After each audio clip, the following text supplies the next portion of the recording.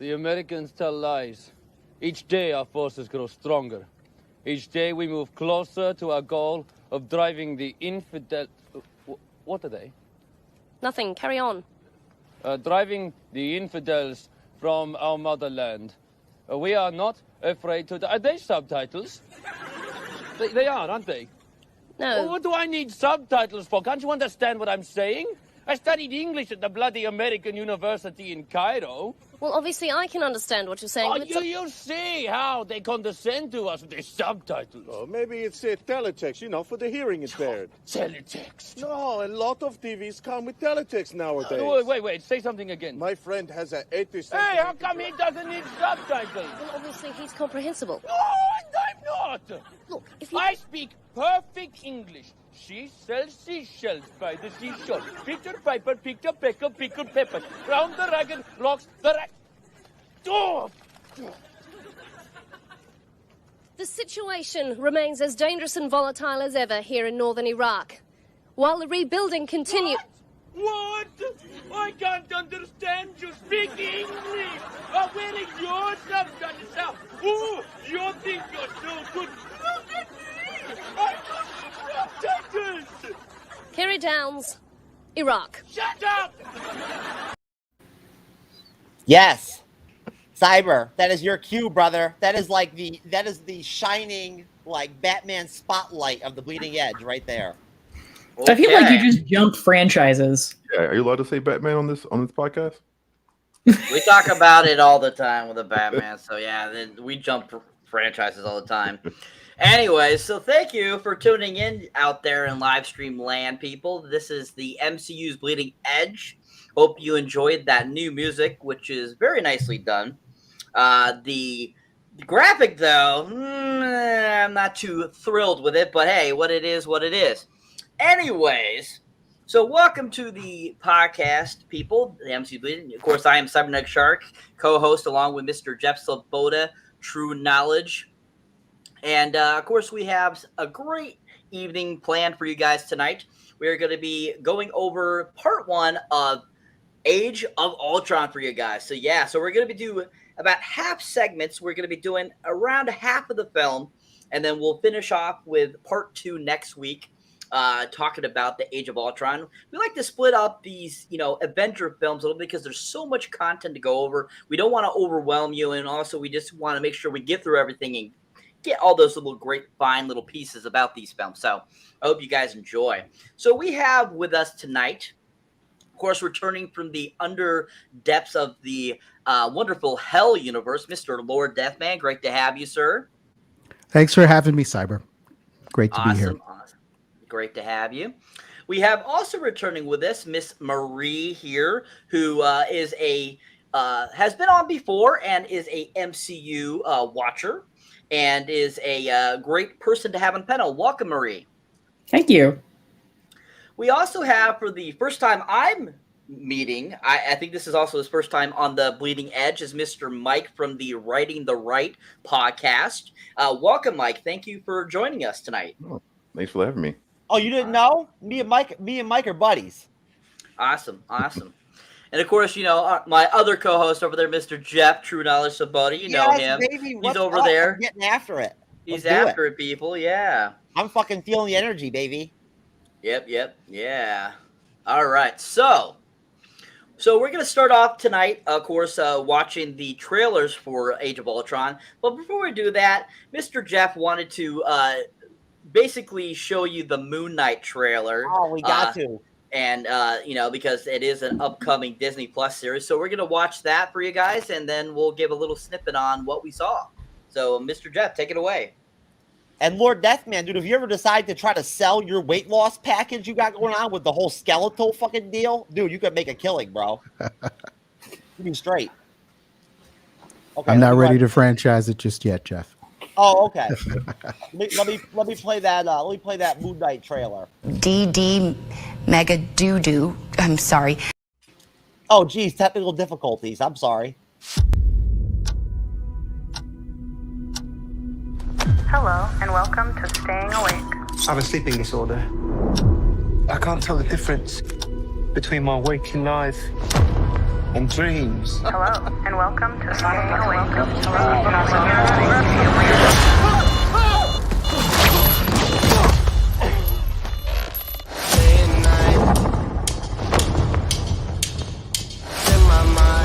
I think I'm losing it.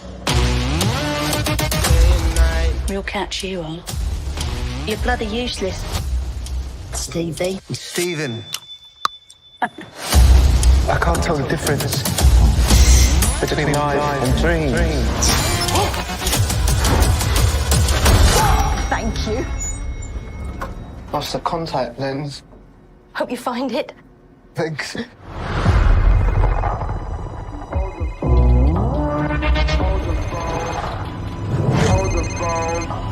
Now hold the phone. Yeah. Oh my god, you're alive. What's wrong with you, Mark? Why did you call me Mark? It must be very difficult. The voice in your head. Shut up! There's chaos in you.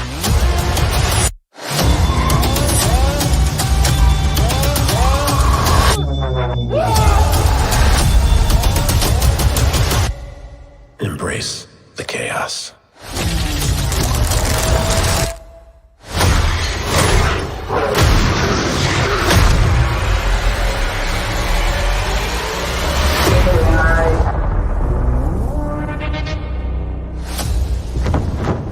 At night. Oh yeah, the Moon Knight Dude, trailer, people. Woo! That was awesome, man. That fucking trailer is great. That's a Dude, really that costume great looks trailer. legit, It does. Yep. That looks fantastic. right? And because that was going to be one of the ones that's like, how are you going to do that without it coming off? They know it's that ridiculous? good. That's why they only Yeah, showed like a little sort of bit of it official because they only or wanted to something. tease us. Yeah, yeah. So, I mean, so it's a really well-constructed looking suit. I mean, that's a great first look at it. I mean, that little snippet of a trailer is pretty decent. I mean, gives you quite a bit of insight into kind of what the series is probably going to be about. We know Cyber, what is that accent? I don't think that's a British accent. What is that accent he's supposed to It's have? a chimney sweep accent. Yeah, chimney sweep. okay. Yeah. Chimney sweeps use that accent.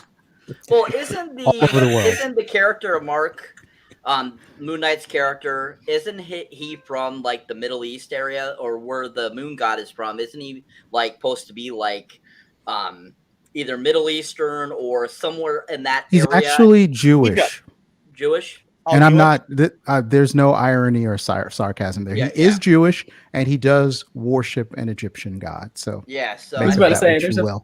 there's a big pyramid thing going on in the imagery. Yeah, I think he is definitely he's supposed to have a somewhat of an accent. I don't know if that's exactly what it's supposed to sound like, but definitely it's an interesting accent that they have Oscar Isaac using in the film. So I don't know how well that's going to turn over as the series goes on in the 6 episodes. Who knows how it'll sound? Maybe it might get, it might be great. It might not. Who knows? But I still think that Ethan Hawke coming in as the bad guy, that's kind of interesting. Like I mentioned to Jeff That's before who we it watched. was. Like I mentioned to Jeff in our review of the trailer the other day, his hair, Ethan Hawke's hair in that trailer just looks so fluffy. Cyber, So I'm weird. telling you right now, okay? I know 5'5" raging queer gay dudes that would beat that dude up. The way he looks in that fucking trailer, bro. Oh, that's good. That's good to know. Anyway, so everyone just take a minute and tell me or tell the audience, what did you think about that trailer? Was there anything that really caught your eye? Was there anything that you found interesting or you're excited to see in this series and so forth? So starting with you, Myke, please. Yeah, so I actually like the fact that the trailer didn't really give much away. So you get a really good painting of his character, but you don't really know what the movie's about. And I hate when trailers like give away the entire thing in 2 minutes. It's like, all right, well, do I actually want to see the movie now? So I really like the way that they painted his like schizophrenia. So yeah, I'm excited for it. It's looks good to me. Awesome. Yeah, definitely looks really interesting. Yeah, and you're right. It does. It gives you a good kind of backstory or kind of a little bit of information about who Moon Knight is, Mark Spector, and I think that they did a good job of that. How about you, Marie? I really like the visuals. To be fair, like the palette actually seems like it's pulled from a lot of if you guys remember the old Netflix series, with the dark palette and the extremely well delineated sort of set pieces. And also, can we talk about that costume? That costume is legit. And that would legitimately be one of the really hard ones to do, because I have to admit, I was kind of like, is this going to look ridiculous? How far am I going to have to suspend my disbelief? But no, that's really fantastic, especially with the way that the CGI kind of wrapping comes up. That's exciting.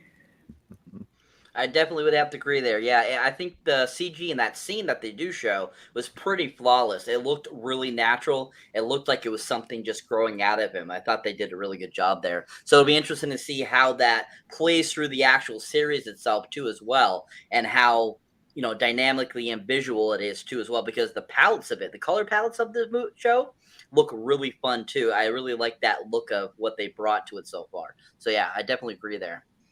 How about you, Lord Deathman? I like the trailer a lot.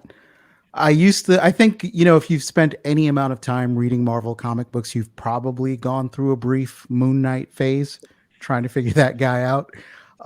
So I'm a fan, and I like this trailer and what they're setting up for a number of reasons. One, the cinematography looks really different than all of the other Disney shows. This looks darker. You're in a lot of dark rooms and dark spaces. And I don't think they've done that before with any of the previous Marvel shows. I think the biggest draw for me is going to be Oscar Isaacs. I think he's a great actor. And I love the way social media kind of exploded about his accent. It's like the biggest distraction of the trailer. Is he really going to do that accent? But I'm there for it. I like the suit. I do wish it was practical instead of pixels, but I kind of see how practical would have been tough. As Marie's saying, when you see that on the panel, you really wonder, how am I going to do that with clothing? But yeah, I'm all in. Awesome. I would agree. I'm very much into, and I just think it's definitely something that's going to be. I think this is probably going to be a series that a lot of people are going to enjoy. I feel a lot of people have a lot of feelings towards Moon Knight. They've wanted to see Moon Knight in the MCU. They've wanted to see this character come to life on the big screen, or even just on any screen in some sort of live action form. So I think this is going to be a big hit for Disney. Just let's hope that they keep that great momentum that they've been keeping with a lot of the series. I don't know how everybody else feels, but I mean, Loki, WandaVision, etc. All those shows have been very successful for them. A lot of people either love it or they hate it. I have a feeling that's going to be the same with this too, as well, because there's always going to be those people that want that comic book accurate type of deal. And MCU likes to take their liberties sometimes. So hopefully, they'll stay pretty true to the to the storyline. So I'm looking forward to it too. How about you, Jeff? What were your thoughts? Well, I just want to be clear. Oscar Isaac's fucking beard in Dune was so damn sexy and fucking awesome that, literally, he could actually drop Netflix and chill on chicks and just be hitting it left and right. He'd be making it work. You know what I'm saying? It's that good. But either way, that has nothing to do with Moon Knight, of course. But it's all good. So basically, I feel like Moon Knight's going to have a WandaVision type of deal going on, where there's going to be a starvingness, a desperation in the fandom for Marvel content. It's like crack. You know what I'm saying? Give me that shit. You know what I mean? Like with Marvel, the fandom is huge. It's massive, and they've been throwing Disney Plus series at us left and right over and over again and shit, and then dropping movies on us after they dropped Endgame and Infinity War and fucking rocked us. You know what I'm saying? At that point, you take it away and throw Boba Fett at us for 3 months. I mean, look, Boba Fett's fucking great, but at the end of the day, it's not Marvel. So, at that point, I think Moon Knight's going to have that same kind of buzz that WandaVision had, that side buzz. You know what I mean? That talk, that cooler talk type of vibe. I think it's going to be that kind of series that's going to drive that type of theory and and wonder kind of what's going on. I think there's going to be angles to that. I think that the Moon Knight series is going to mix a lot of different genres, and it's going to boil down for me, like, as far as the kind of fan I am and like what I like and shit, it's going to boil down to like how noir and like dark it boils down to. Like, it's fine with him beating up on like Werewolf by Night and shit and look, pretty violent and whatnot. But I want to see some darkness, man. You know what I'm saying? Like, be legit with it. At that point, like, that for me, it's not a make or break. Like, if they Disney, look, I'm gonna take a Lord Deathman term here. If they Disneyfy the fuck out of Moon Knight, I'll still think it's dope as shit. But at the same time, I'll be like, yo, come on, bro. You know what I'm It's gonna saying? be hard to Disneyfy this one. That trailer, or is it just me? What's that? Did anybody get a Legion feel off that trailer, or is it just me? In a little bit of a way, in a small way, yeah. I mean, because there is because Legion does deal with a similar type of dichotomy in terms of the multiple personalities and whatnot. The difference being with Legion, it's deeper. It's like with him Right. mutant powers. Right, but I mean, from the composition perspective, it didn't quite have that kind of Wes Anderson sort of wallpaper that Legion had, but it definitely had like a lot of the plays with texture and also how the action sequences worked. Well, what really intellectually struck me was the whole concept of like, if you have this disorder, what if you impregnate multiple women and shit, and you just like you become a different person? Like, after you impregnate, then you knock them up. Like you turn into like Jack when your fucking name was Nick. Like, does that waive your fucking parental rights? You know what I'm saying? Like, what's up with that? Come on now. Yep. All right, thank you for that, Jeff. All right, so we're gonna move on. That was a little bit about the Moon Knight.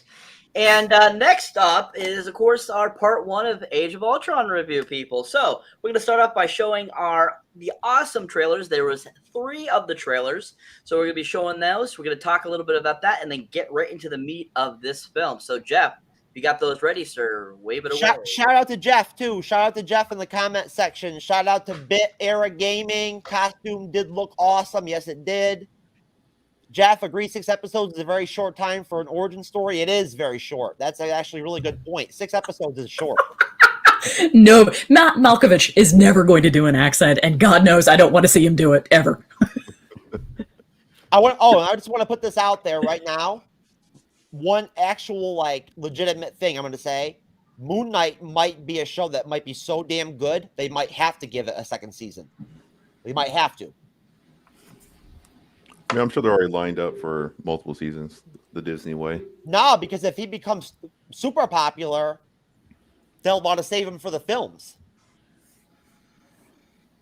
Yeah, I'm terrible. I have no knowledge of Moon Knight other than images. Like, I've seen images in places, but that's about it. Don't worry, Marie. No one does. What do you know about crack cocaine? I feel the same way. Y'all tell anybody I kill you!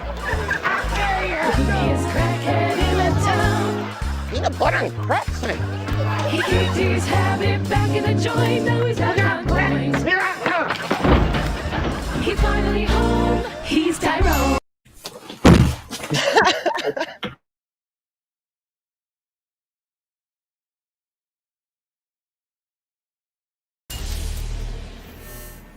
I'm gonna show you something beautiful. Everyone screaming for mercy. You want to protect the world, but you don't want it to change. You're all puppets, tangled in strings.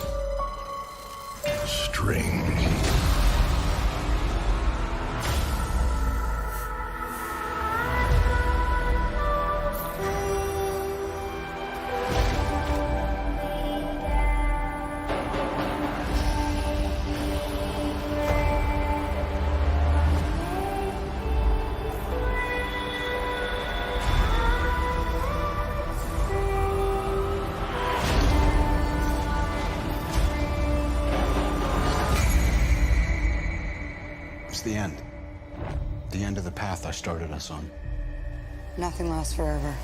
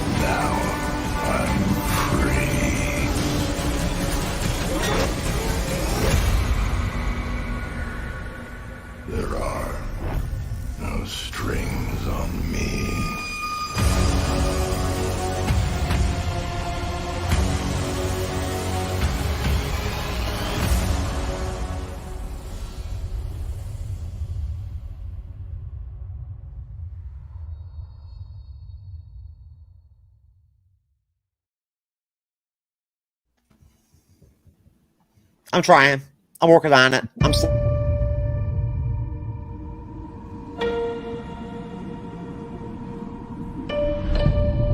This vulnerable world needs something more powerful than any of us. Everyone creates the thing they dread. Ultron in the flesh. No matter who wins or loses, trouble always comes around. You meddle to something you don't understand. We have no place in the world.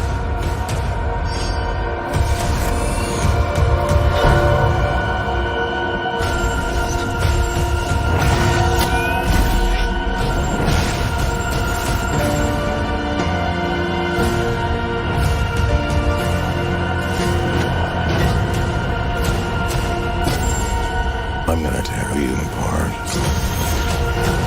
from the inside.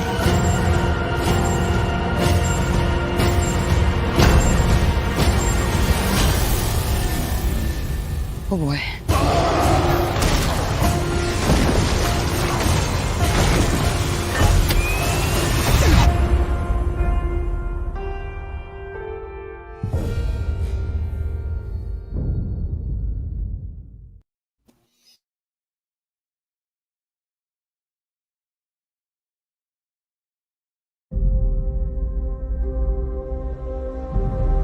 I was designed to save the world. People will look to the sky and see hope. I'll take that from them first. There's only one path to peace. Their extinction.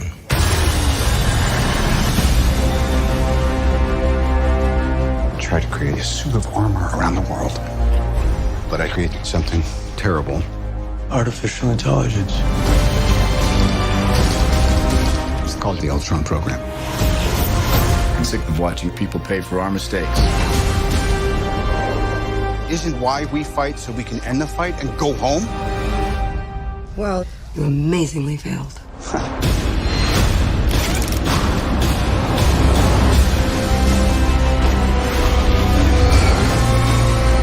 Here we all are, with nothing but our wit and our will to save the world. So stand and fight. No way we all get through this. I got no plans tomorrow night. I'm always picking up after you boys. We can tear them apart. From the inside.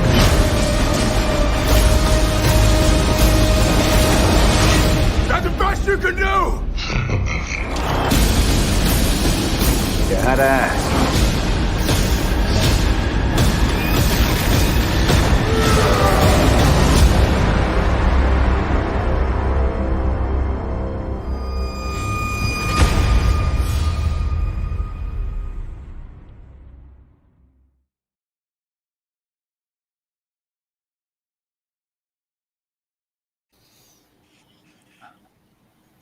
Well, We the trailer emerged. is amazing. We're back.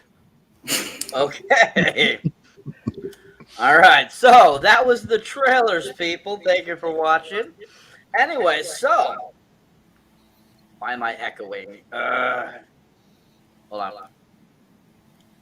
It's for emphasis. I guess so I can hear myself, I guess. Anyways, so I want to, so the trailers. So we just watched 3 trailers. Each one was slightly different to show a little bit different things in each, one. And we've got a lot of the same stuff, unfortunately. But so overall, Cyber, do you mind if I just point out that literally after watching those trailers, I would go pay to go see Age of Ultron in the theater right now? I'm glad you would, sir. Anyway, so question for you guys. So give just a brief 1 minute or so. Just explain, what did you think about these 3 trailers overall? And did it hype you up for the movie? Did you see it when it they first came out in 2015, late 2014, and did it impact your view on the film? You know, that kind of stuff. So, starting with you, Lord Deathman. Well, I think I watched that first trailer, and my practice is usually to avoid all of the other trailers if I'm really excited about something. I was actually at Comic-Con when I saw that first trailer. That was the year they announced Age of Ultron, and I was like, wow, we're here. We're sort of in the enlightenment of comic book movie. We're just it's happening. They are literally going to adapt Age of Ultron, which they didn't do. They did not adapt the comic book version of Age of Ultron, but at the time, that's what fans were sort of being guided to believe. But in any event, I love that trailer. I like the fact that Disney was sort of doing that meta reference on themselves, using the Pinocchio music for Ultron. It looked like a darker film. I thought, wow, we might see a true murder bot in Ultron, as he's depicted in the comic books. So, yeah, I don't think I ever watched those second two trailers. So that it might have been my first time seeing them here on this show, right here on the Bleeding Edge. But yeah, I was truly excited. I saw Lizzie Olsen come out, Aaron Taylor Johnson. They did the whole dog and pony show, and it was really a big deal. And everyone was really excited for the follow up, of course, to the 2012 Avengers movie. So I was just excited as you could be about any comic book movie, and I actually loved those trailers. Awesome. Thank you.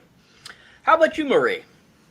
I generally don't watch trailers. I try really hard not to, because I find that a lot of trailers will frequently drop the best segments of the film into the trailer, and then I've seen all the good stuff and I get disappointed in the movie. And for me, that's kind of what happened with Ultron.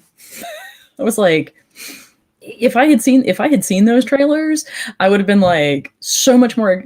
I was excited for the film when I saw it in 2015, but I left that theater very, very disappointed. And I would have been, I think that disappointment would have been so much worse had I seen those trailers and gotten all of that excitement. Gotcha.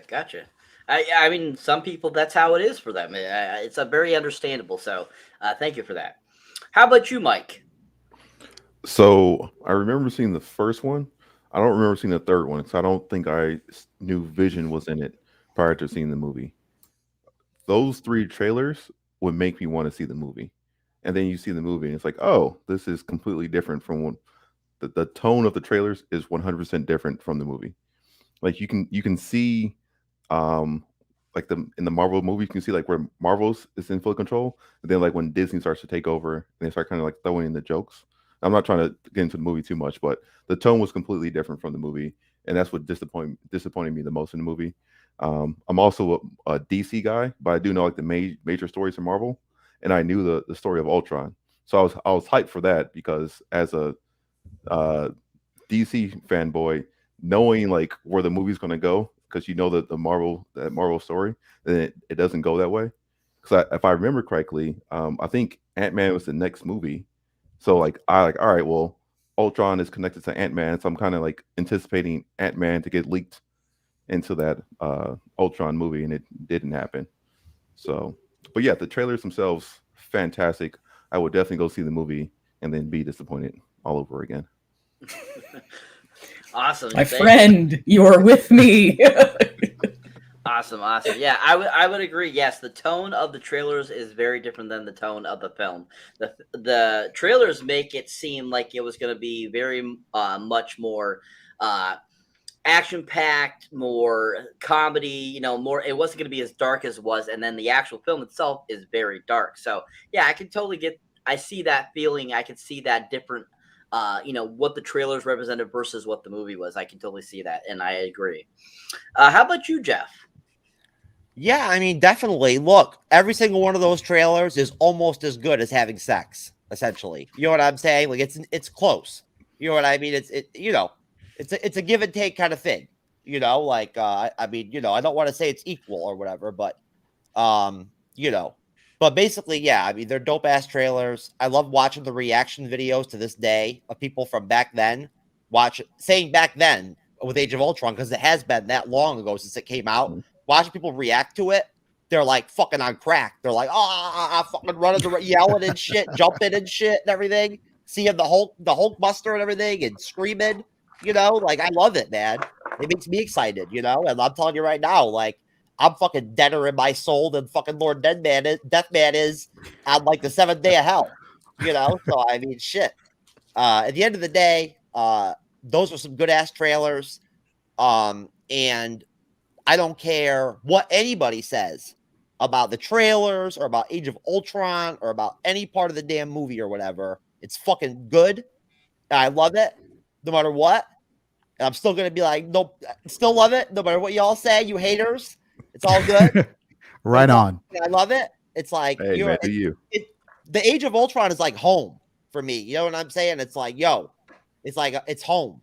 And at the end of the day, right, that quasi-abusive step parent, who's psychologically battered you into coming home every year. Yeah, no, I can see that. Before we dig deep, I just want to point out that say what you want about Joss Whedon and whatnot, and say what you want about this movie, but without Joss Whedon and without Age of Ultron, you never would have gotten an Infinity War or Russo Brothers or a fucking Endgame. It never would have happened. This had to happen. There had to be that stepping stone that elevated them to that level. And I'm telling you right now, if you take it away, you might not have gotten an Endgame. Okay, thank you. Awesome. All right, so let's get into the meat of this film. All right, so part 1, Avengers Age of Ultron review, people. Woohoo! So, of course, we've been talking about Joss Whedon. I thought we'd take a minute to talk about Joss Whedon a little bit. I know some of us, such as Lord Deathman, was asking about talking about Joss Whedon earlier. And just take a brief moment. And with the recent circumstances surrounding, Joss Whedon, I remember back when this film came out, there was controversy around him. And now, once again, there's controversy about him. Gal Gadot came out with a statement saying he was a certain way, and he said, no, I wasn't. And basically, said, oh, it was because of language barrier and so forth and stuff like that. So go ahead and take a minute and just say, if there's anything about Joss Whedon you'd like to talk about. I mean, because he did do a decent job with the first Avengers. He did a pretty decent job with Age of Ultron, for directing what he did. And, I mean, he might not be the greatest human being, but still he gave us these 2 decent films that were, weren't too bad. Some of us might not think they're the greatest. Some of us might think they're the greatest. That's opinion. That's what opinions are. And that's what makes us human. We're allowed to have our own opinions. So this is a great thing. So anyways, starting with you, Lord Deathman, what would you like to say, or what about this whole Joss Whedon thing? What's your perspective on it? When we were talking in the pre-show environment, I was just really curious to know if that was going to be off the table for the discussion, but I'm glad that it is open. I don't really have a lot to say about Joss Whedon.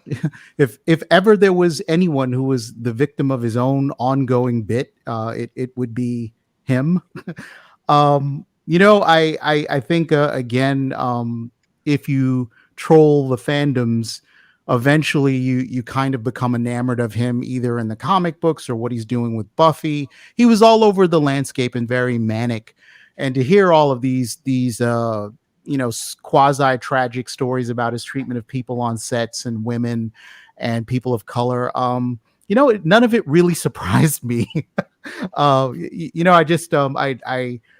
wasn't holding him up to this incredible standard of, just because he can depict these quirky and charming dysfunctional families in his fiction that he had any of that kind of charm or humanity, frankly. I'm probably better than most about compartmentalizing the art from the artist, barring that you haven't killed any children or done something really high up on the human crime scale. So, I guess what I have to say about him is that I don't have much to say with him. And if he's sunsetting, I think he should just get on with it. But wait a minute, Deathman, come on now. Dude, going from fucking Buffy to the goddamn Avengers? bruh. That's like I don't think it was that linear. I don't think it was like that's You're like the goat at that point. I think it was like Buffy and then Firefly and then a couple of comic books and then a weird musical and then he got on board the Marvel train, which is a train he definitely Don't forget Dollhouse. Dollhouse. He definitely had the bona fides to jump into the Marvel pool, and I think he was an asset to them.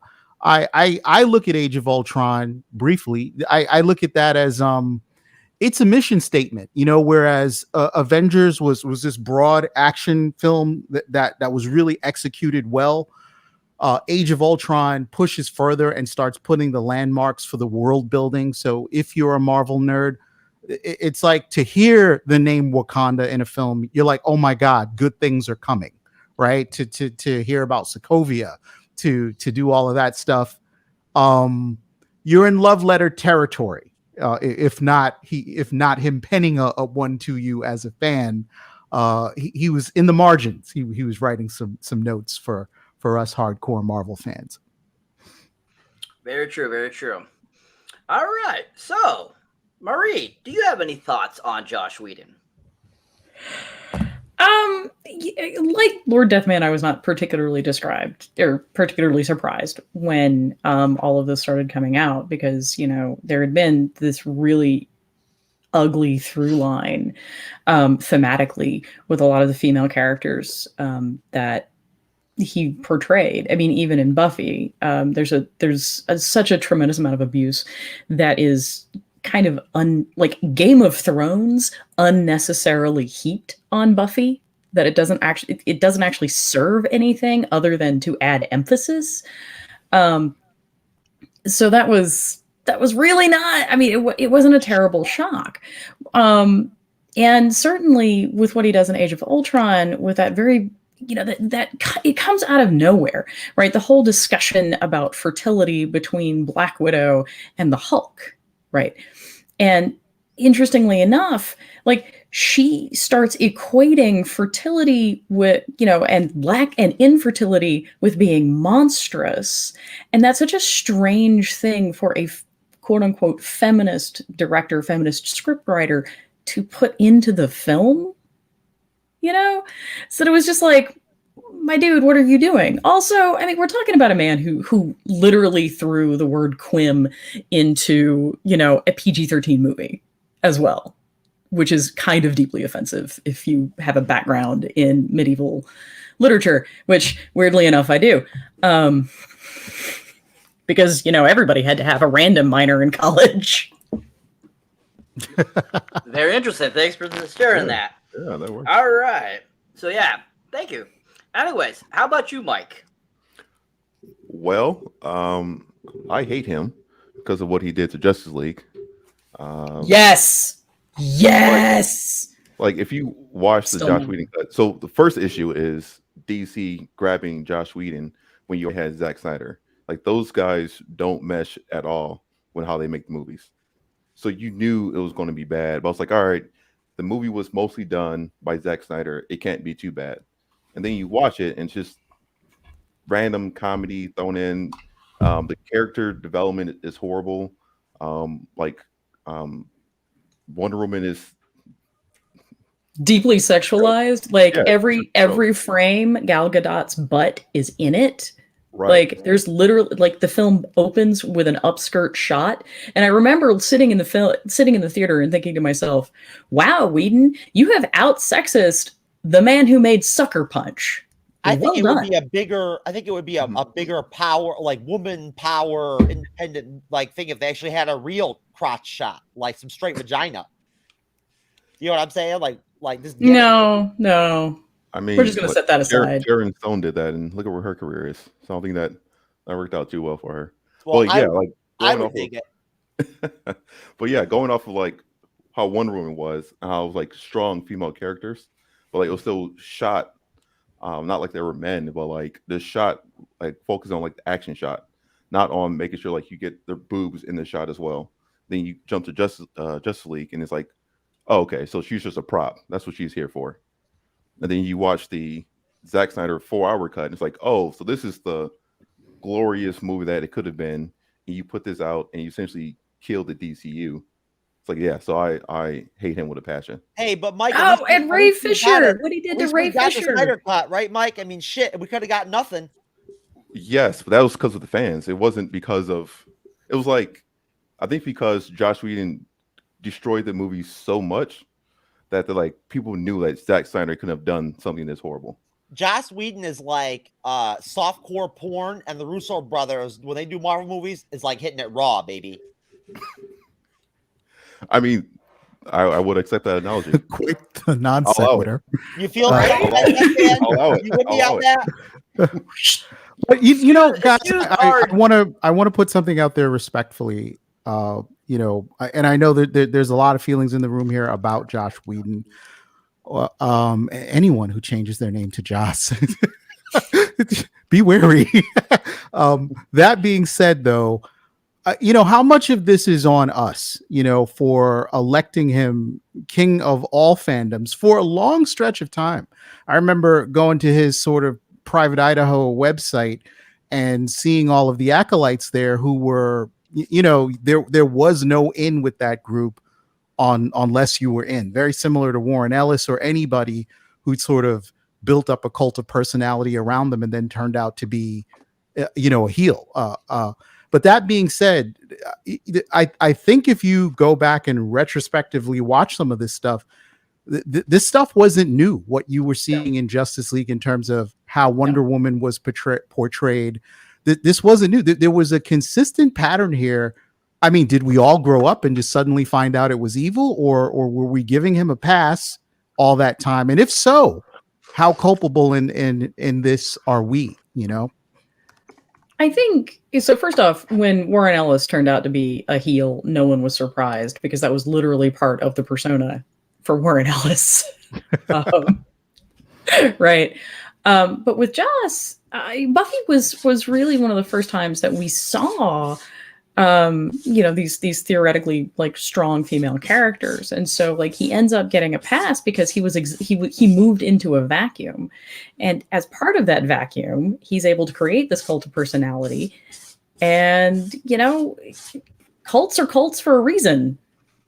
And I you know, I can understand that, but I will say the way he portrayed himself as a feminist was so as the exemplar of feminism, right? When you have a guy that says all the right things about feminism and presses all the right buttons, that you're getting into this is kind of too good to be true territory. So I always was like, this feels like a little bit of play acting.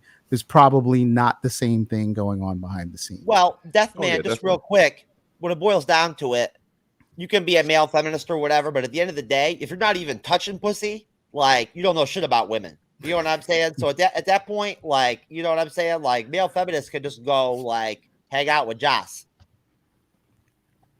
All right. So is there anything you would like to mention there, Jeff, about Josh Whedon? Oh, most definitely. Yeah, like I said, I mean, he deserves the freaking, like, MVP award for going from Buffy to freaking the Avengers, dude. And you want to talk about, like, elevation, baby. That was MJ shit. You know what I'm saying? Like, yo, he dunked, like, 3 times on that bitch. Dude, Buffy sucked. Like, I'm sorry, but, like, you got to be, like, drunk as Buffy shit. the movie or the TV series? You got to be drunk as shit and, like, passed out to, like, enjoy Buffy, basically. Like, asleep. You know what I'm saying? Like, no, I'm just playing. It was cute. I mean, that's a valid question. Like the movie or the TV series, my dude. It's a super valid question because the movie was kind of awesome, actually. I really deeply.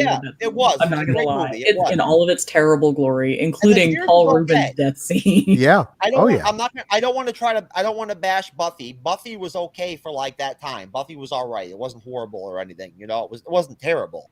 It was only somewhat bad. But no, I just think that like I said, Joss Whedon.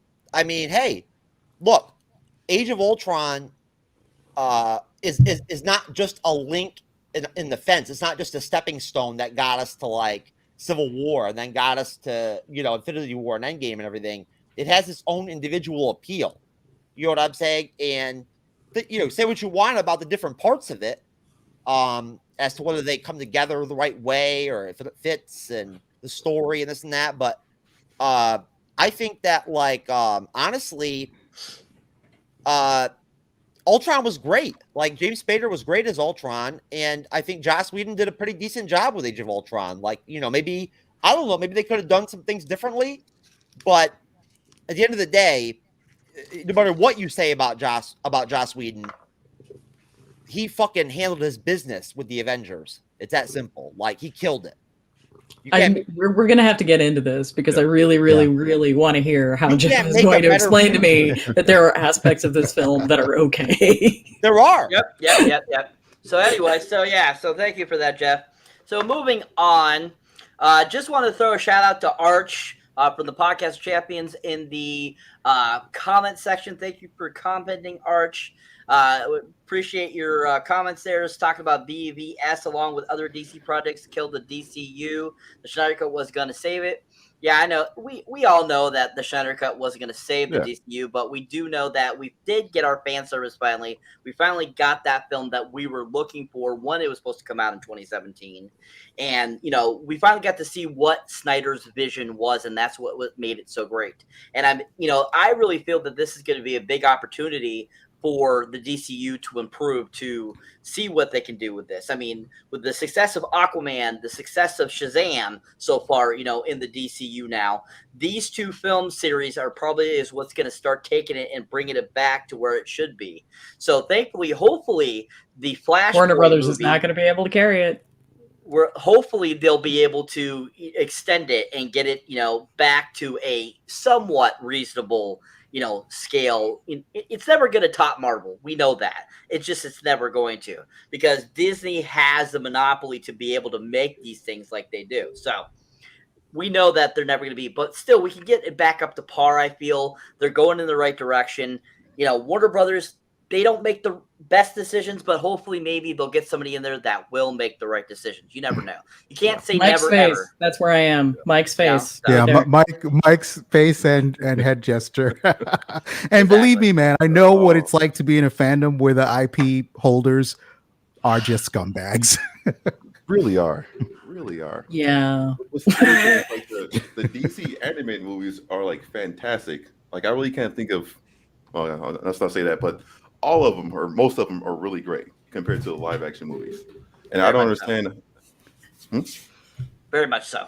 Yeah. So I just don't understand how you can create these great animated movies and then just completely just mess up on these live action movies. Two different departments. Yep. Yeah, I know. It still irritates me. I am there. I am so there. And it hurts my soul. Now watch what's going to happen. They're going to have the Batman come out. It's going to be freaking a blockbuster, and it's not even going to be a part of the DCEU. It's not even going to be a part of it. Just like the Joker was. This is going to be a fantastic movie that doesn't. Cyber, you mind if I jump in real quick? Brief. Keep it brief. I'll keep it brief. I promise. So anyways, just wanted to point out again too, just like I mentioned earlier, that as again, I totally understand that everybody's allowed to have their opinion when it comes to these films and the whole MCU and the fandom and whatnot. And that's what makes things interesting. Like that's one of the best parts of being a part of the Bleeding Edge experience, is that we do defer from each other and we all have different opinions and we throw them out there and we fucking get after it. You know what I'm saying? If you come on here, you better not be scared. You know what I'm saying? Come on now. So anyways, I just want to point out that I got hella love for Jeff in the comment section and Arch and everything and whatnot. And Marco and Renee from Podcast of Champions was going to be with us earlier tonight, but something happened with her, I don't know, her phone or her iPad or whatever. She ended up not being able to come on the show. But Renee is a regular on the Bleeding Edge, and we love her, and she's a part of the team at times. And, we just want to shout her out and whatnot. And I just want to thank Mike, and I want to thank Marie very much. And I want to say, fuck you to Death Man. No, I'm just kidding. Okay. No, I'm just playing. I love you, Death Man. You know I do. Come on now. Not smart to insult death, my friend. Back at you, Jeff. If I had to pretend to be gay for a day, I'd kick it with you, bro.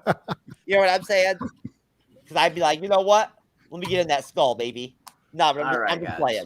But no, just on a serious note, I just want to point out that as far as the trailers go, as this is the last thought on them, for where they were at, if you take into consideration the timing, like where we were at in the MCU and like where we were at, years or earlier from now, what we saw in those trailers, I mean, some of those action scenes and stuff like that, the Avengers jumping together, like in that initial action scene or whatever, where they all kind of like launch and everything, that shit was awesome, man. Like I mean, seriously, at that time, it was like top of the line. Very true. Very true. All right. So, like I said, getting into the meat of the Avengers. So the movie basically starts off with this huge action sequence. We get right into it. We have all the Avengers that are in Sokovia. This is our first, time going to Sokovia. We see Sokovia the first time, which becomes a big part of the film. And they're basically going after the scepter that Loki had in Avengers 1. Basically, we have this giant action sequence that happens. We get some great comedy, especially the line when Captain all of a sudden says language to Tony after he says shit, which is hilarious and which runs throughout the whole entire film. We basically get our first introduction to the twins. So my first question for you guys is, what were your guys' thoughts when you got to see our first outing of Quicksilver and Wanda? So were you excited? Were you looking forward to seeing him in the film? What were your initial thoughts? Starting with you, Myke. So I was happy for maybe 10, 15 seconds. And then I remember that X-Men was owned by Fox and I immediately stopped caring. So it was like, oh, cool, they're here. And then, but their father isn't going to show up. And his friends aren't going to show up. And the people that he fights against aren't going to show up. I mean, now they are, but they threw them in there. They weren't mutants; they were just enhanced. It's like, oh, like all right, it's a cool shot. It's cool, but ultimately it didn't lead anywhere. So that's how I felt. All right. How about you, Marie? I'm kind of right there with him. Also, I was very distracted by how terrible Quicksilver's hair was. Like, I could not get over that because I'm just like, did you have a bleach accident in high school? Is that how that worked? Poor Aaron Taylor Johnson. I mean, he did what he could with it, but that was not a good costume, guys. Okay. Anything else? I mean, I felt the X-Men version of Quicksilver was better done visually. Okay. Yeah, which is one of the best parts actually about WandaVision is when Evan Peters shows up, and we're all like, "What? What's going on now? What's going on?" And no, he's literally a walking Easter egg, and he is eating it up, and I love it. Agreed. How about you, Lord Deathman? Are we talking opening action sequence leading into the introduction of the twins in the movie? Correct. Well,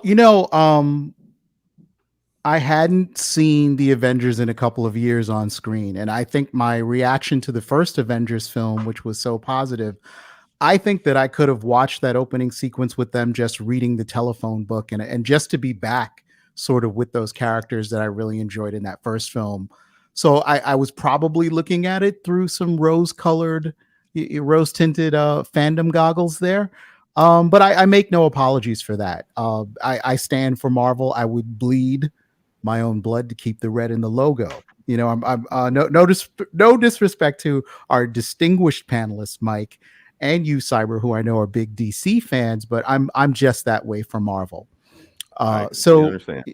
Yeah. It's just that there's a certain built-in latitude you're going to give these kinds of things. I thought it was a credible action sequence. I thought they delivered on my freeze frame and all of the things that I would have been interested at that particular point in my life. I had problems as far as I was like, there are some things that I'm going to have to put on a shelf as far as reconciling source material with what I'm seeing in this film. Hank Pym created Ultron. No casual is going to care about that, but the nerds do. Right now, it's going to be Tony Stark. That's you're going off script in terms of the Bible. Wanda and Pietro are not mutants.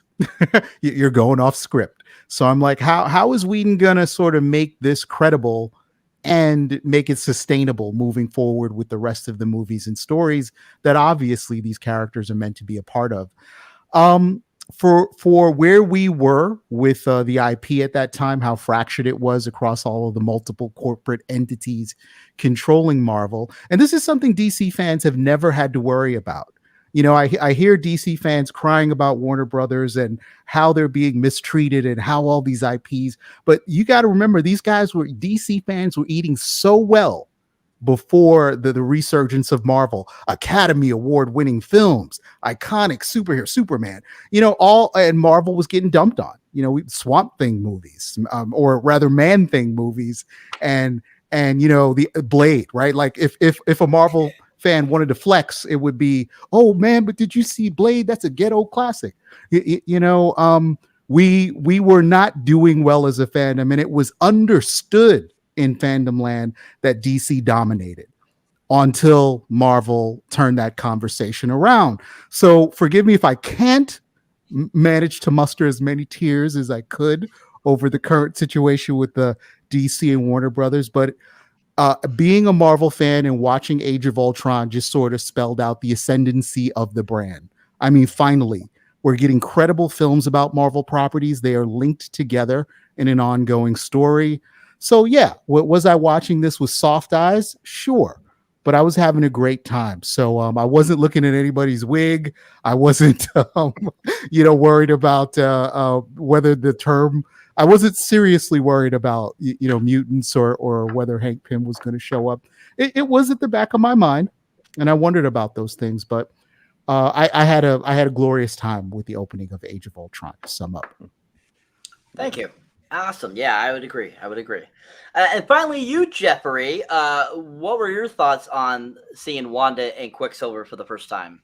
Well, I'm going to read Arch Stanton real quick. A key point for me of Age of Ultron is this is the one and only Avengers being a team film. And none of the other four are they a cohesive team start to finish. And that makes Ultron a uniquely great film in the series. That's a great point, Arch. It really is. And you're my brother, just so you know. You know what I'm saying, bruh? I got your back, man. But anyways. Tracksuit Mafia. But I'm more sexually attracted to Lord Deathman if I'm gay for a day, just so you know. But no, but just to be clear, the look, what do you want me to say? It's a Joss Whedon fucking like intro, man. You know what I'm saying? Like it's cool, it looks good, it's like pretty dope. But at the same time, it's like predictable and like kind of bland a little bit, and everything goes their way and shit, you know. But it's cool looking. You know what I'm saying? They are all together. And let's be honest here, like if you put all the Avengers together, the original 6, I'll watch them fucking like sit around and fucking hold hands and pay to see that shit. I don't care. You know what I'm saying? Like I'll be good with it. So, you know, like I mean, like Arch said, that's one thing I don't want to try to get in deep, you know, try to get core of the movie or whatever. But seeing them together like that in the intro, as a fan, it's fun. I mean, it really is. It's fun, man. It's fucking cool looking. Like they're all together. They're a group. There's just something about that camaraderie they have as Avengers. You know that. Yeah, Jeff. Not to cut you off, but yeah, the chemistry was real. Not to throw shade Justice League's way, but you get all those actors together for the first time in the first, you know, film together, and you expect them. Doesn't that parallel like a little bit like the Stan Lee ethos in a way when you think about it? Like if you connect it. Yeah, you in the thought bubble in your head in the theater was a picture of Stan, right? These actors who'd been sort of doing it together for a couple of films now were a well-oiled machine, not just on the battlefield, but in the meta sense of it, in terms of these incredibly wealthy actors who were acting like they were at summer camp, and it shows on screen. And you know, and that kind of fun and optimism. I don't know who you have to be for that not to be infectious. No, and you're watching them evolve, and you're knowing that as human beings, they're meeting Stan Lee in real life, and they're like blown away. You know what I mean? Like at meeting Stan Lee, you know, and what he stood for, like what he was about, and what Marvel Comics is about at the end of the day, like what it really is about, like the soul of it. Like, you know, the part of it that makes it a uniting thing, like an important thing that like really is something that can be like a a way to bridge gaps and like bridge divides between people at times, you know? I mean, seriously, even though it's such a weird thing, it's superheroes and fantasy and like, you know, and weak ass like no nudity fucking like weak ass, you know, romantic shit like the Hulk like Natasha romance in Age of Ultron that is just like blah. You know what I mean? It's like, you know, it's like if We're gonna get to that, Jeff. Oh, We I have know, to give the haters a I chance know. to talk now. But no, I just want to say that just like the core of the Avengers together, the 6 of them like that, the way that the intro starts, it's so powerful because their dynamic, their teamwork, like their chemistry as characters together, and seeing them develop the way that they do in this film, like you know, as actors and as people, and then also in their roles as the characters and watching their arcs evolve. It's very interesting when you grapple with the whole MCU and watching all these films.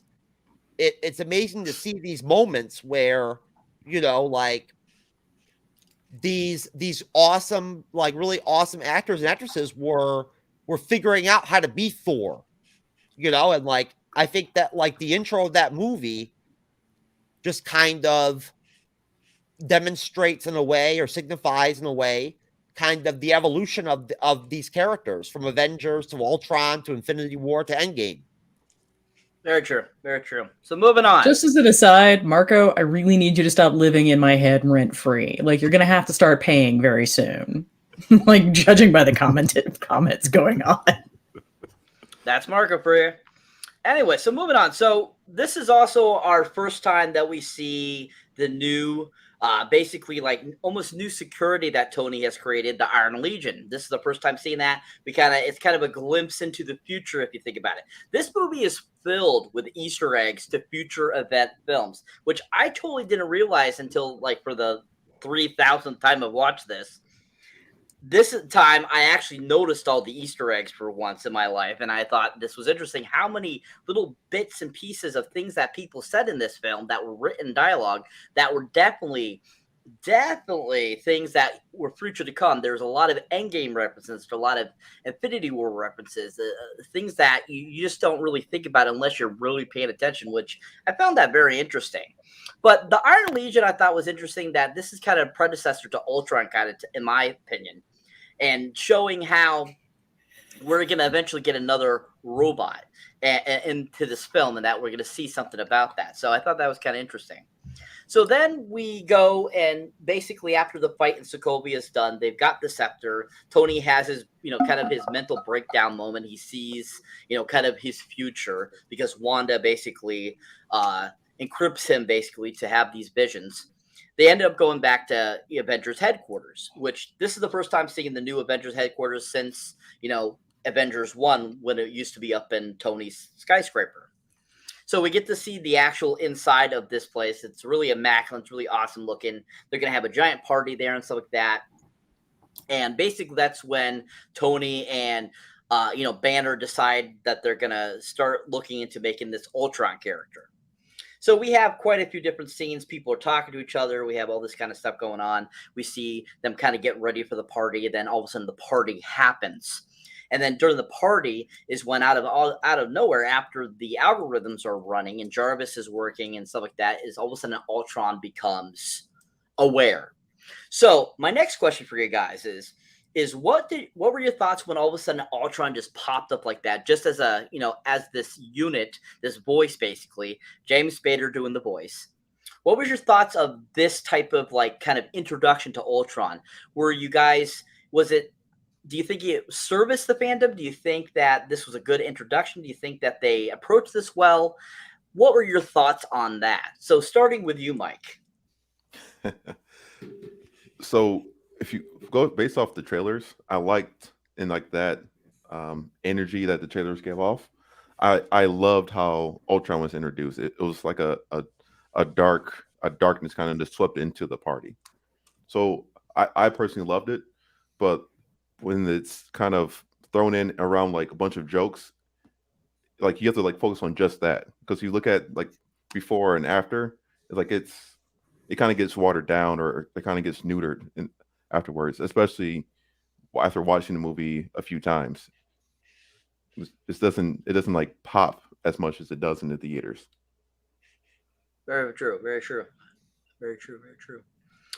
All right. How about you, Marie? You're I on can't mute. hear you. My bad. Oh damn, Marie, you fucked that up, man. I was totally gonna clip in and like put some crazy shit, like say coming out of you, like audio wise.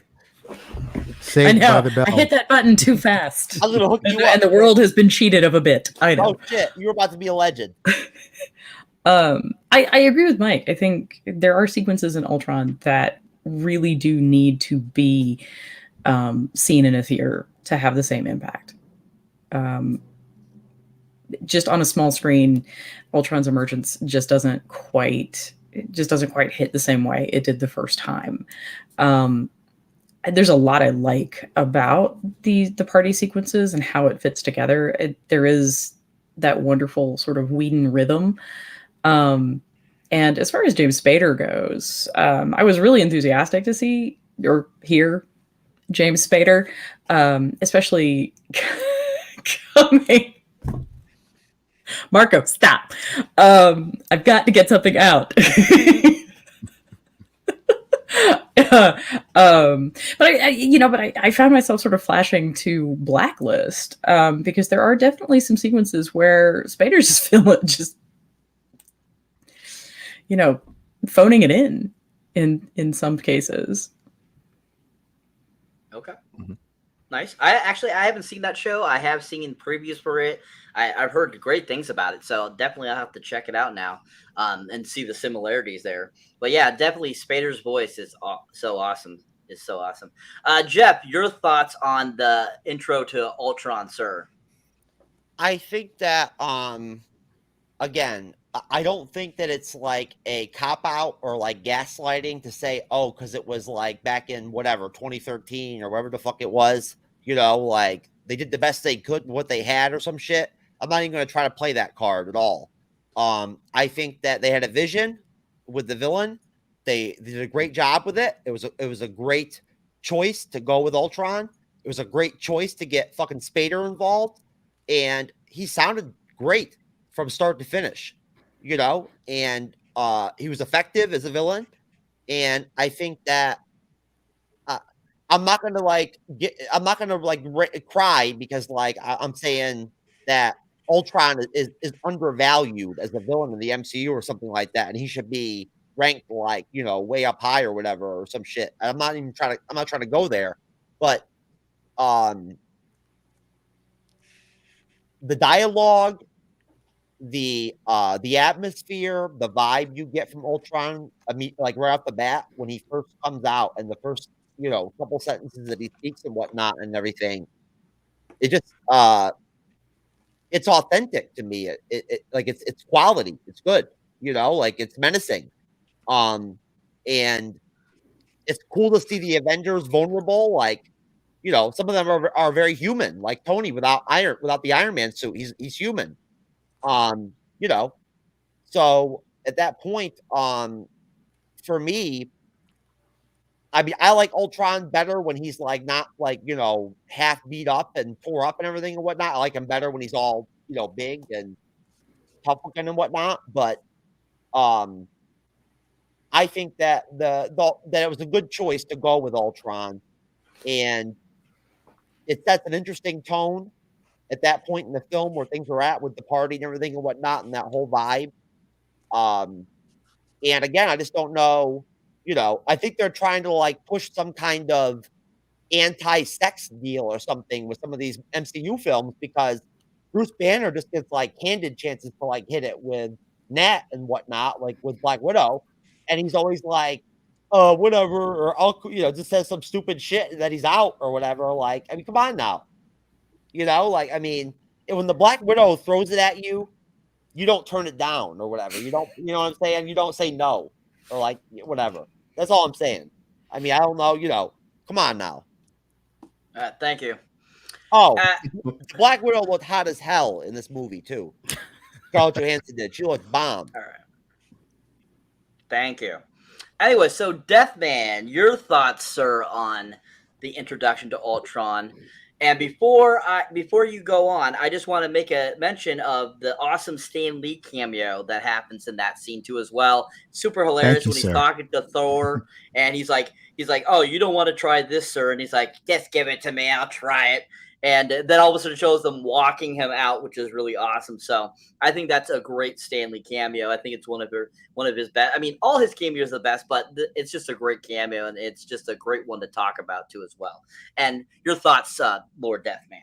Sure. Listen, I'm one of those guys that when you get to those panels in the comic books where you see superheroes in social situations, I kind of like lock up. I'm like, this isn't quite right, right? Like guys in costumes at a party or like at somebody's house just chilling. So like, you know, my mind kind of did this leapfrog over the sort of we're all hanging out at Avengers Mansion type stuff. And I know it's kind of, you know, necessary. It's sort of endemic to the genre. We have to do that kind of work, but it was littered with so many Whedonisms. And, you know, as my female colleagues in fandom, you know, have really made me more literate to the kind of stillborn ship that was Bruce Banner and Black Widow. You know, that probably should have never happened. and then we wouldn't have gotten a lot of that offensive dialogue that sort of comes out of it. So, you know, other than Stan Lee being in that introduction, that didn't bring a lot. Maybe the hammer bit in terms of Steve sort of getting it up a little bit off of the table was like, yeah, I'm there for that. But once you get past that and you're introducing Ultron, I don't know. I'm not again, I'm not the biggest Joss Whedon fan. I'm not a fan of Whedonisms in terms of how he structures dialogue. But I do think that he's a very gifted structuralist when it comes to putting together a screenplay or a story. So I see his assignment. He's sitting in writing chair and saying, I have to, the assignment is I need to show something going from zero to sentience and like full consciousness, like this AI construct, you know, and you're dealing with something that's incredibly cliched in movies, the battle man versus machine, AI, you know, type stuff. And he's got to put a little bit of a different spin on it. And I think he nailed it, frankly. Not just the introduction to Ultron, but the birth of Ultron in terms of, you know, what would it be like to be born knowing everything immediately? And I think he got that. I agree, Lord Deathman. Most definitely. Just want to shout out to Arch. He has to leave. Want to thank you for being in the comments, Arch, and good luck to your 5 a.m. wake up, sir. And thank you for watching the show. So we appreciate you coming in the comment section, sir. So we'll see you later. Don't forget, people, check out the Podcast Champions. Great place. Talk about that a little bit later, too. So after that scene, basically, Ultron attacks Jarvis. You know, supposedly Jarvis is destroyed. Tony finds, you know, after Ultron basically takes on this messed up form of himself, that he has a conversation with the Avengers in the room where they're doing the party. They have a battle sequence, and Ultron disappears. So once that happens, basically what ends up happening is, you know, the Avengers start looking, seeing where he could possibly be going. They discover that he possibly could be going to Wakanda, and our first introduction really into Wakanda, into vibranium, which is a really great thing, showing us that they're going in that direction to bring in Black Panther and so forth and get us that information. So I think that's really great. So then we end up over Wakanda. They're going to see a arms dealer known as Ulysses Claw, who we all know is a huge bad guy of Black Panther. And I think it's kind of interesting they decided to go with showing him losing his arm in the film to becoming who he's known as Claw in the comic books. I thought that was kind of an interesting take that they decided to do instead of having him just already have the claw type of arm that he has as Claw. You don't even want to imagine the shit I can fucking think of with the claw and all that. Like, I'm thinking of some crazy shit, bro. We already know that. Deathman, you with me, bro? Can I follow you there? What you would do with a sonic-powered claw? You know I'm going deep here, man. I'm going deep. He's going deep, people. So basically, that's when all of a sudden the twins come back into play, Quicksilver and Wanda. They're there with Ultron to get vibranium. And so my next question for you guys is, what was your guys' thoughts on Andy Serkis as Ulysses Claw? Did you like his take on it? Did you like how he approached it? Do you like him as the character? Are you a fan of his at all? Basically, just, what were your thoughts on him being cast as Claw, basically? Let's start with you, Marie. It was kind of nice to see Serkis's face. I mean, he spends so much time as the mocap king that I have to admit, it took a hot minute for me to remember that was Andy Serkis underneath all of that. I mean, I don't know if he actually bulked up for this, because he's not generally as large as Claw is, but I mean, he really, really, really did a great job of turning into this vaguely South African. Jacked. Marie, you're right. He looks jacked. His freaking chest looks mercenary, and he really sold it for me. I really have to give him credit for that. Like, he really sold it for me. I was like, yes, I see you as a man who could get in and out of Wakanda with vibranium and be shady. Yeah, very much so. I would agree. I'm a fan of Andy Serkis ever since The Lord of the Rings. I watched all the behind the scenes and everything about him playing Gollum and stuff like that. So I actually already knew that he was a huge CGI person. Like, he did a lot of that stuff. And watching him throughout the years when he did King Kong and so forth and stuff like that, I was actually really psyched when I found out that he was playing a character in Age of Ultron. So I think he was a fantastic choice. Just like you said, I thought he did a good job.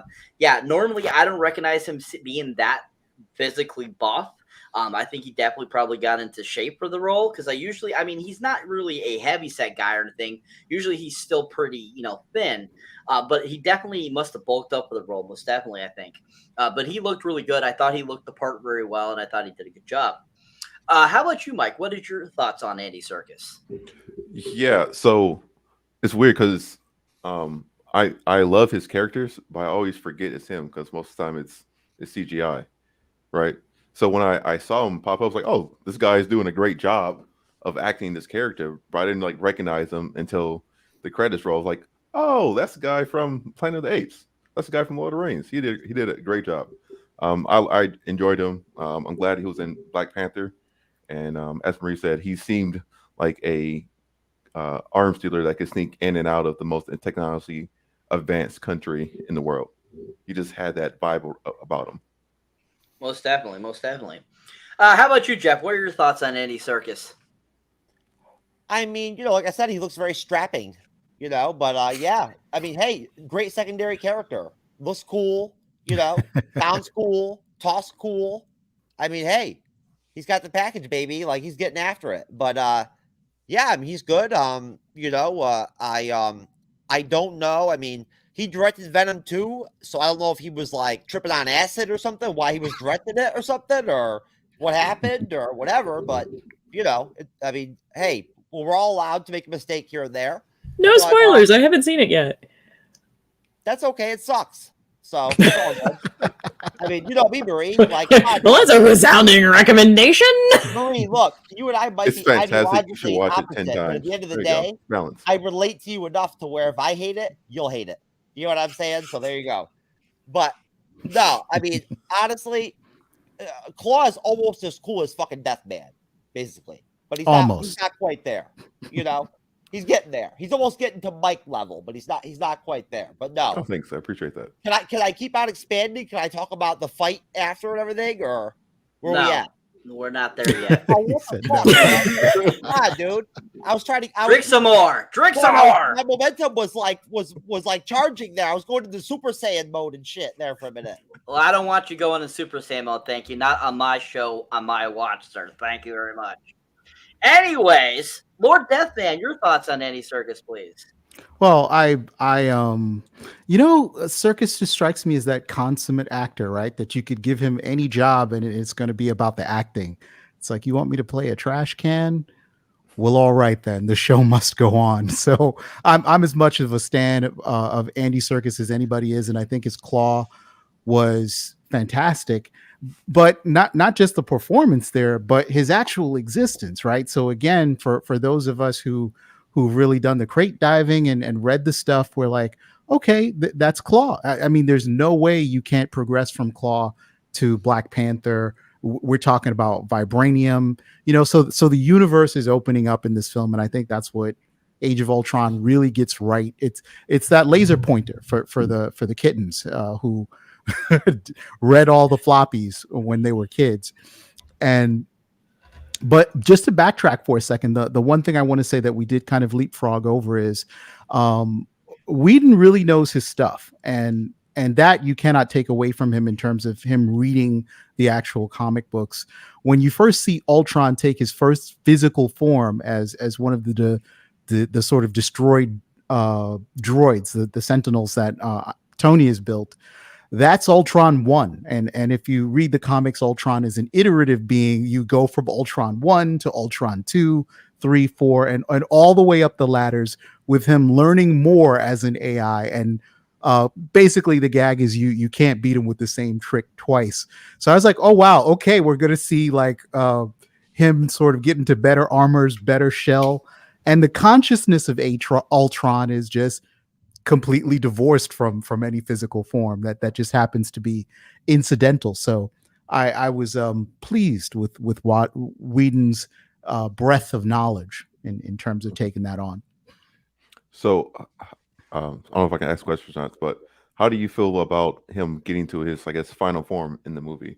Would you have preferred him to be like still incomplete at the end? I would have preferred room for more improvement, because that's how it kind of went in the comic books. Like Ultron's, I mean, you get Ultron Forever and Ultron Unlimited and that kind of stuff. Where there's no more counting numbers. But I figure it's a big Hollywood blockbuster, and they wanted to sort of fire all their guns at once. So I think he does like 6 or 7 outfit changes, Ultron in let me jump Age in of real Ultron. quick. Mike, I can answer your question right here, bro. They're going to kill me. I told them to send me a video holding an object and start nodding. Anything is a dildo when you really put your mind to it.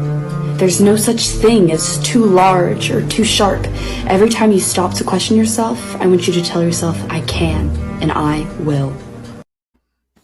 There we go. That is the anthem. Okay. All right. The weight was a little. That's little girl much. power. Yeah, right that there. was. Bye now. Right. Anyways, thank you, Lord Deathman. Thank you for that. You're very right. Josh Whedon did know his stuff when he came out with this film. He did when he did the first Avengers and this Avengers. He definitely always put those nice little tidbits in there, which thank you for bringing those out. Josh Whedon directed that meme I just put on right there. And so as we move on, so we have that exchange with Ultron and Claw. Claw loses his arm. He starts to become Claw that we know from the comic books. The twins and the Avengers pop up there, and they have a fight sequence. Wanda basically brainwashes all the characters, puts them under a spell. They all have their own trip out. Basically, Thor has his trip out where he sees Heimdall. We have Black Widow go back to her days at the Red Room. We have Captain being in a dance hall with Peggy, and they're supposed to have their dance that they're supposed to have when he went down in 41. Of course, Hawkeye doesn't have this happen to him this time because of what happened in the first Avengers. That scene is absolutely priceless, I think, and he puts that arrow right into Wanda's head, electrifying her. I think is really fantastic. And basically, that's when right at the end, Bruce Banner. We see Bruce Banner. It's like, oh, is this a code green, guys? Is this code green? And you see Wanda with that evil look on her face, saying, I want to finish this, And basically, they put Hulk under spell, and that's what takes us to the giant Hulkbuster scene. So this is basically going to be the final part of part 1 of the MCU's amazing part 1 review on Age of Ultron. This is about the halfway point. We're going to talk about the Hulkbuster scene, and that'll be it for the this first review. What? So yes. What the fuck? Anyway, so basically, all of a sudden, the Hulk goes on a rampage. He ends up over in Wakanda area, into a city populated area, and he's like basically destroying a whole bunch of stuff. And that's when Tony's like, "Oh, can you tell me all the things Hulk is going on with?" And he pops up all the different things, and things are happening over there. And that's when we get the introduction to the first time seeing the amazing Hulkbuster suit. Oh my god! When I saw this on the big screen, I was literally hopping up in my chair because I wanted to see the suit so bad because it was just so freaking awesome. And the fact that they brought it into this, I give high kudos to Joss Whedon for bringing this into this film. So my final question of this part 1 review is for you guys: what was your guys' feelings on that final battle sequence with Hulkbuster and the Hulk in that area? Anything about that scene, what you guys liked, what you didn't like, anything you like about it. So we'll start with you, Marie. I am perhaps the person that you should not start with because I was never a big Iron Man fan. You want to trade, Marie? I'll trade with you. You can be 4 or 5 or whatever the fuck I get, and I'll take your shit. Dude, I'm already there. Okay, all right. No, because I was just not. I mean, I was not the person who was bouncing up in her chair because of Hulkbuster armor, and I was just kind of like, okay. I did think it was. I thought it was visually interesting. I was really particularly interested in how they were going to handle the Hulk threat because, again, I am not as familiar with the Marvel universe as perhaps from the comics as perhaps some other people. So that's okay. I forgive you. I am touched by your benediction. So that part wasn't really interesting to me, like in and of itself. What fascinated me was how they were going to undo the buildup that they did in the previous film, like the previous team up film, where, I mean, the Hulk beats a god. So he's been pretty much built up to be this ultimate weapon. Sorry, Mark Ruffalo. And then Tony now has to like address that. I mean, for me, it kind of took me back to DC's Babel series when Batman, right, Mike, right? Oh yeah. When Batman has to come up with, or doesn't have to, he's just paranoid. He's Batman. He has to. It's just paranoid, man. Like, there's medication for that, Bruce. There is. It's all about crime fighting, though. Right? If you can't make your own neurotransmitters, store-bought is just fine. But like, it took me back to that because, you know, there's this whole sequence where Batman actually comes up with a way to counter every single member of the Justice League. And so that kind of put me with, okay, this is apparently what Tony is doing. Very true. Very true. Yeah, that's why I went with you first, because I wanted a very different opinion. That's why I chose you first. So he's like, I smell that you don't know anything about Marvel Comics, so I'm going to put you on the chopping block. I got you, Cyber. I got you. No. That's not exactly it. I just wanted to get your opinion first because I knew that you would have a very different take on it. So that's why I chose you first. Thought that would be nice, for the audience to see something a little different, because I was all of a sudden like, oh, I'm so excited about it. And then you were like, okay, this is my side of it, so give you a little something different. Little viewership, people, viewership. Anyways, Mike, your thoughts, please. Yeah. So first, just so everyone knows, the DC animated version of Babel is called Doom. Fantastic movie, by the way. So as a just general comic book nerd, I know about the Hulkbuster armor. I thought it was a cool fight scene. After seeing more of the movies, I now wish that it was Thor and Hulk that would have happened. So in the third Thor movie, it could have been more of a rematch with them fighting. Like I said, it was cool.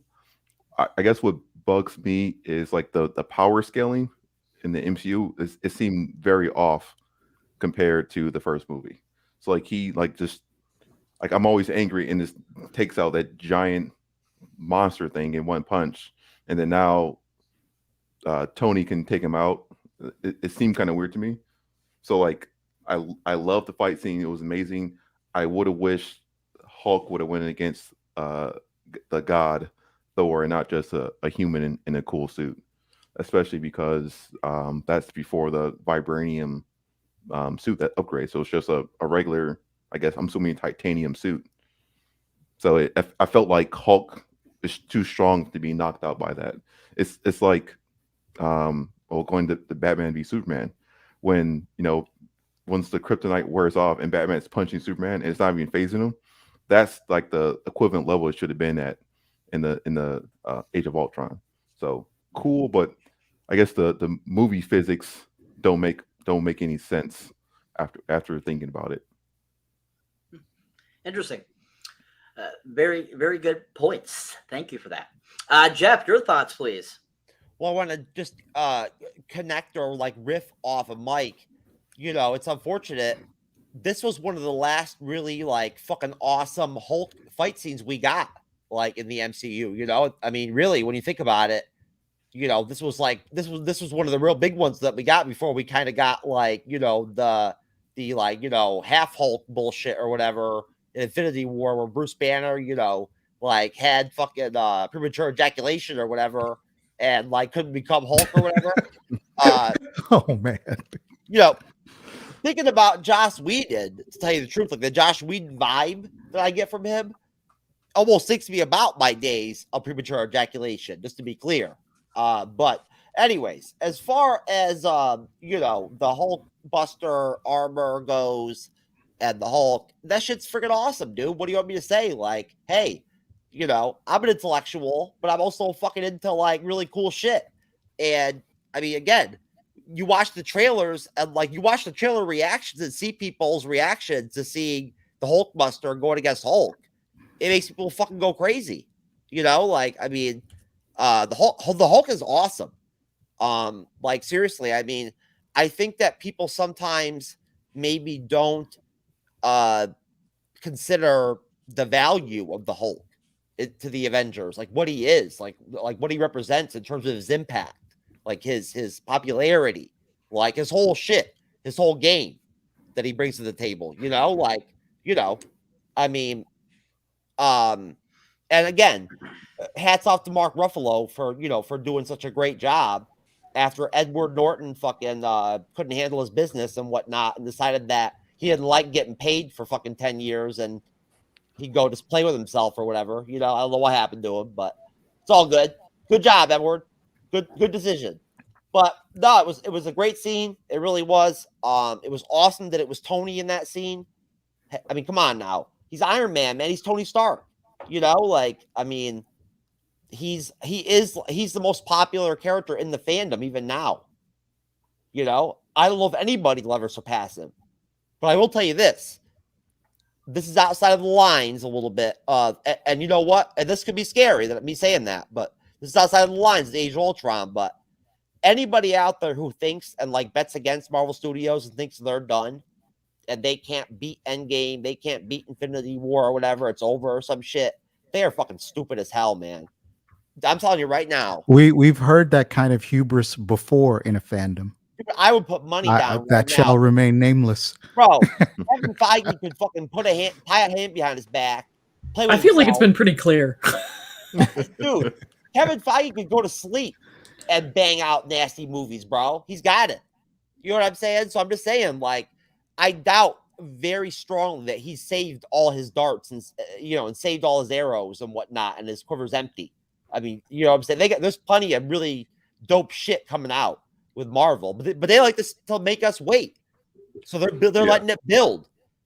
So I definitely agree that there's more stuff coming, but I think these original Avengers are like so embedded in people's hearts that the next new Avengers can't keep up with them. So even if the movie is amazing, no one's going to replace Iron Man. They'll find a way with Disney Plus and films together to create a dichotomy that will connect these next Avengers to the fans in a similar fashion.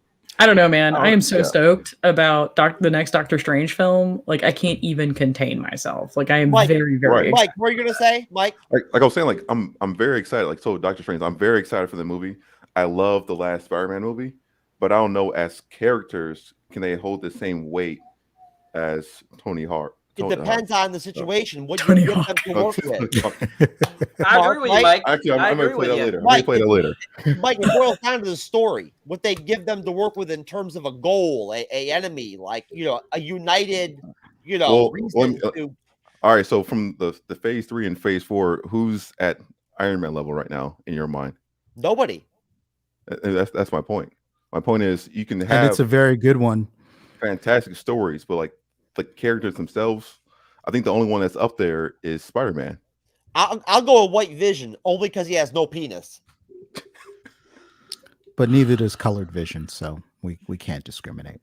Yeah, having no penis is fucking awesome. All right, thank you, Jeff. So moving on to Deathman, Mr. Lord Deathman. Please give us your final thoughts, sir. On the Hulkbuster, right? So I'm closing the show, Correct. so I want to close big. I will say that when I was in the theater watching that Hulkbuster scene, I knew we were leaving behind, people who hadn't read the comic books. That must have just seemed really gratuitous. Like, why does he have an armor on top of his armor so that he can armor while he's armoring? It must have looked kind of weird. But if you have read the comic books, and no shame if you haven't, there is a long tried and true tradition of Tony Stark building Hulkbusters. And what saved that film, what saved that particular sequence in the film for me was Robert Downey Jr., because he has to carry it.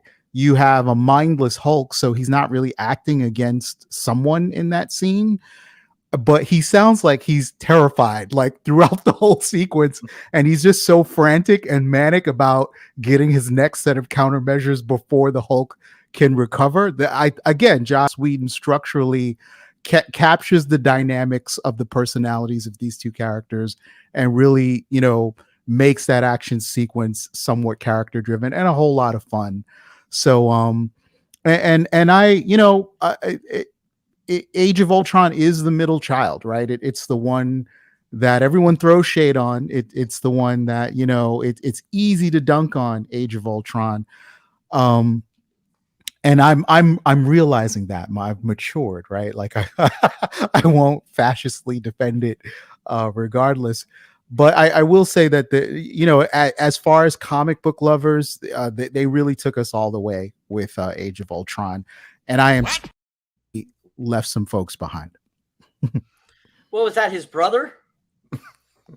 That was Lord Deathman's brother. That was Lord Deathman. Why are you showing Lord Deathman's brother? Are you trying to upstage Lord Deathman? No, Skeletor and I are rivals. We're arch rivals. That was He's not my brother. He's not my brother. He wears a hood. Tag team partner, like in the BDSM club.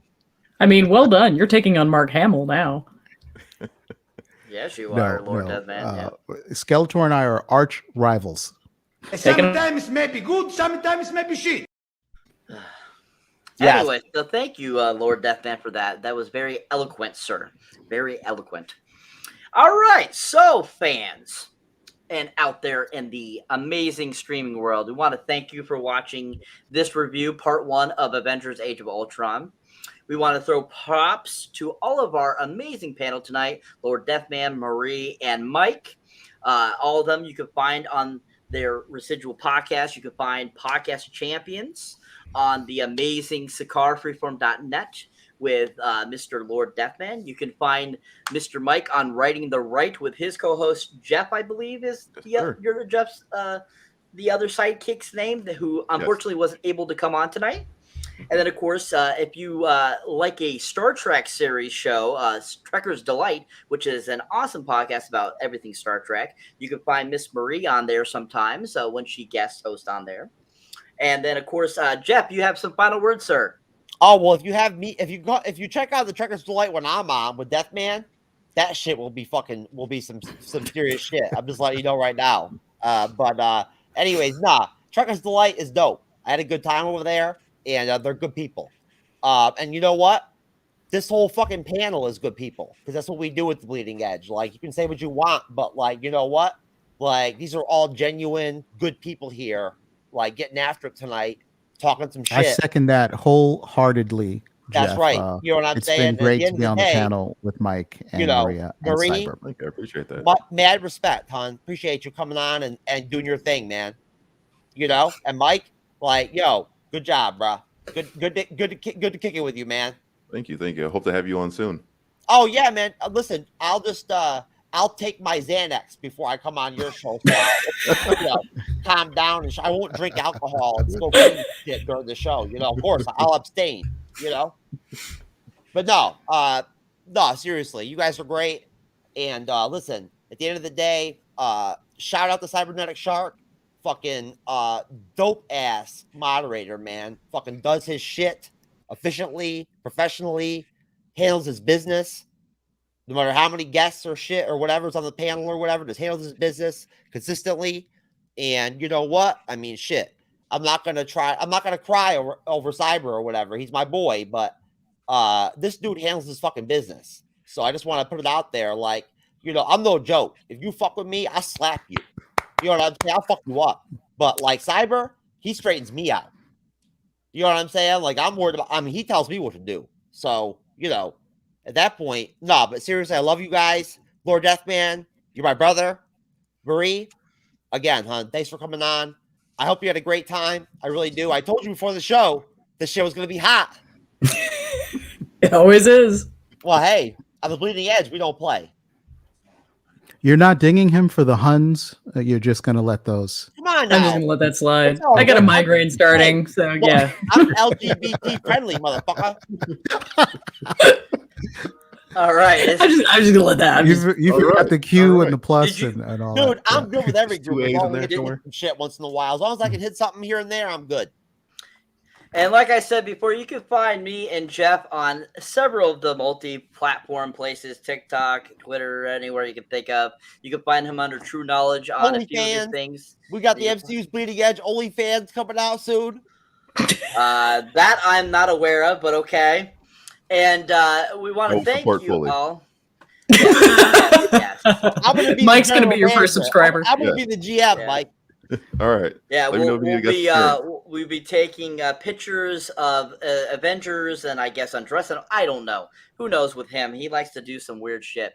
Anyway, so we want to thank all you guys for coming on. We want to thank the live stream guests. We want to thank all the wonderful people in our comment section, Arch, Jeff Bowman, and everyone that commented during the live stream, Marco, and so forth. We want to thank you guys. But guys, definitely check out SakarFreeforums.net, where you can find the Podcast Champions, which is an awesome, great podcast and a great free forum where you can talk about anything. Champions. You know, check them out. Check out the amazing Right the Right podcast too as well. Mike there with his co-host Jeff, which I have a Jeff co-host too, as you can see. And check us out, the MCU's Bleeding Edge. You can find, if you enjoy our content on here, you want to see some solo stuff from me or from Jeff, check us out too as well. We appreciate it, guys, and we will catch you in the next parts. Just don't let me find your daughter or some shit in some back room. I mean, you know, something could happen. I don't know. You know, it could be intense. You don't know. I'm just playing. That was not right. Oh, come on. Are you serious? Fuck you, Steve from Bumble. Fuck you. There we go. That's how we do it. Yo, MCU's Bleeding Edge, Marie, Mike, Cyberneticshark, Lord Deathman, TrueKnowledge.